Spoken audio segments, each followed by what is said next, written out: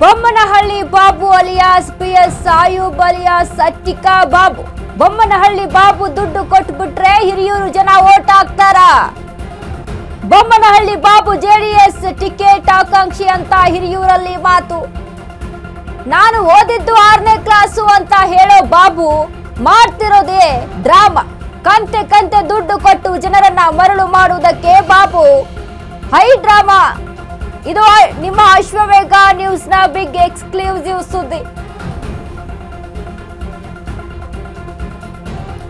Bommanahalli Babu alias PS Ayub alias Attica Babu gold business ಅನ್ನ start ಮಾಡ್ಕೊಂಡು ಅಟ್ಟಿಕಾ ಬಾಬು ಅಂತ ಏನ್ ಫೇಮಸ್ ಆಗ್ತಾರೆ. ಬಿಸ್ನೆಸ್ ಅಲ್ಲಿ ಬಂದಂತ ಹಣವನ್ನ ಇಟ್ಕೊಂಡು ಇವತ್ತು ಊರ್ ತುಂಬಾ ಪ್ರಚಾರ ಮಾಡ್ಕೊಂಡು ಓಡಾಡ್ತಾ ಇರುವಂತಹ ಬಾಬು 6ನೇ ಕ್ಲಾಸು ನಾನು ಓದಿದ್ದು ಅಂತ ಹೇಳ್ತಾರೆ. ಜನಗಳ ಓಟನ್ನ ಸೆಳೆಯೋದಕ್ಕೆ ಮಾಡುವಂತಹ ಡ್ರಾಮಾಗಳು ಒಂದೊಂದಲ್ಲ.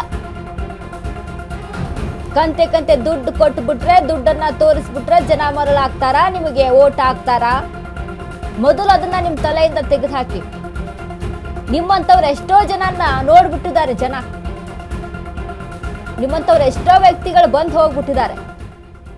ದುಡ್ಡು ಕೊಟ್ಟು ನಾನು ಮತವನ್ನ ತೆಗೆದುಕೊಳ್ತೀನಿ, ದುಡ್ಡು ಕೊಟ್ಟು ನಾನು ಜನರನ್ನ ಸೆಳಿತೀನಿ ಅಂತ ಅಂದ್ರೆ ಅಸಾಧ್ಯ. ಅದು ಜನಕ್ಕೊತ್ತು ಆಯ್ಕೆ ಯಾರು ಮಾಡಬೇಕು ಅಂತ. ನೀವು ಕೊಡುವಂತ ದುಡ್ಡು ಸ್ವಲ್ಪ ಕಷ್ಟಕ್ಕೆ ಸಹಾಯ ಆದ್ರೆ ಸಾಕು ಅಲ್ವಾ? ಹಿರಿಯೂರು ಕ್ಷೇತ್ರನೇ ಯಾಕಬೇಕು ನಿಮಗೆ ಆಯ್ಕೆ ಆಗಿ? ಈಗ ಅಭಿವೃದ್ಧಿ ಮಾಡಬೇಕು ಅನ್ನೋರು, ಸಹಾಯ ಮಾಡಬೇಕು ಅನ್ನೋರು, ನನ್ನ ಹತ್ರ ದುಡ್ಡಿದೆಯಪ್ಪ ಸಮಾಜ ಸೇವೆ ಮಾಡಬೇಕು ಅನ್ನೋರು ಒಂದು ಸೇವಾ ಟ್ರಸ್ಟ್ ನ ಮಾಡ್ಕೊಂಡು ಜನಗಳಿಗೆ ಸೇವೆ ಮಾಡ್ರಿ. ಯಾವ್ದಾದ್ರು ಟ್ರಸ್ಟ್ ಮುಖಾಂತರ ಹೋಗಿ ಸೇವೆ ಮಾಡಿಸಿ. ಯಾಕೆ ಫೋಟೋ ಫ್ರೇಮ್ಗೆ ನಿಂತು ಎಲ್ಲರ ಮುಂದೆ ಫೋಟೋ ಪೋಸ್ ಕೊಟ್ಟು ಹಣವನ್ನ ಪ್ರದರ್ಶನ ಮಾಡಿ ಕಂತೆ ಕಂತೆ ಹಣವನ್ನ ಕೈಯಲ್ಲಿ ಇಟ್ಕೊಂಡು ಓಡಾಡುವಂಥದ್ದು ಎಷ್ಟರ ಮಟ್ಟಿಗೆ ಸರಿ? ಇದು ಜನಗಳಿಗೆ ಏನನ್ನ ತೋರ್ಸಕ್ ಹೋಗ್ತಾ ಇದ್ದೀರಾ ನೀವು? ಈಗಲೇ ಇಷ್ಟು ಕೊಡ್ತೀನಿ, ಓಟ್ ಹಾಕಿ ಇನ್ನೂ ಕೊಡ್ತೀನಿ ಅಂತ ಏನಾದ್ರು ಹೇಳ್ತಾ ಇದ್ದೀರಾ? ಹೇಗೆ?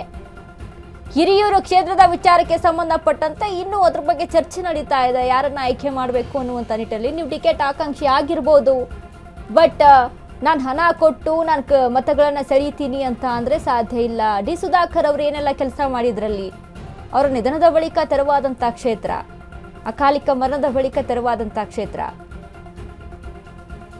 ಬಾಬು ಅವರೇ, ಒಂದು ಸಾರಿ ದಾವಣಗೆರೆ ಬಾಗಲಕೋಟೆ ಎಲೆಕ್ಷನ್ ಅನ್ನ ನೆನಪಿಸ್ಕೊಳ್ಳಿ.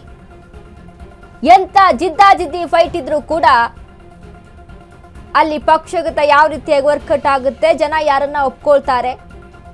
ನೀವು ಒಂದು ದಿನ, ಒಂದು 10 ದಿನ, ಒಂದು ತಿಂಗಳು ಹೋಗಿ ಅಲ್ಲಿ ದುಡ್ಡು ಹಂಚ್ಬಿಟ್ಟು ನಾನು ಸೇವೆ ಮಾಡ್ಬಿಡ್ತೀನಿ ಅಂದ್ಬಿಟ್ರೆ ಆಗಲ್ಲ.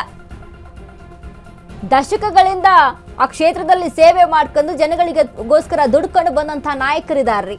ಅವ್ರನ್ನೆಲ್ಲ ಬಿಟ್ಟು ಜನ ನಿಮ್ಮನ್ಗೆ ಓಟ್ ಹಾಕ್ತಾರೆ, ನಿಮ್ಮನ್ನ ನಂಬ್ತಾರೆ ಅಂತ ಅಂದ್ರೆ ಅದು ಅಸಾಧ್ಯವಾದಂಥದ್ದು. ಈಗಾಗಲೇ ನೀವು ದುಡ್ಡನ್ನ ಏನ್ ಪ್ರದರ್ಶನ ಮಾಡ್ತಾ ಇದ್ದೀರಲ್ಲ, ಇದಕ್ಕೆ ಜನ ಮರಳಾಗೋದಿಲ್ಲ, ತಕ್ಕ ಪಾಠ ಕಲಿಸ್ತಾರೆ.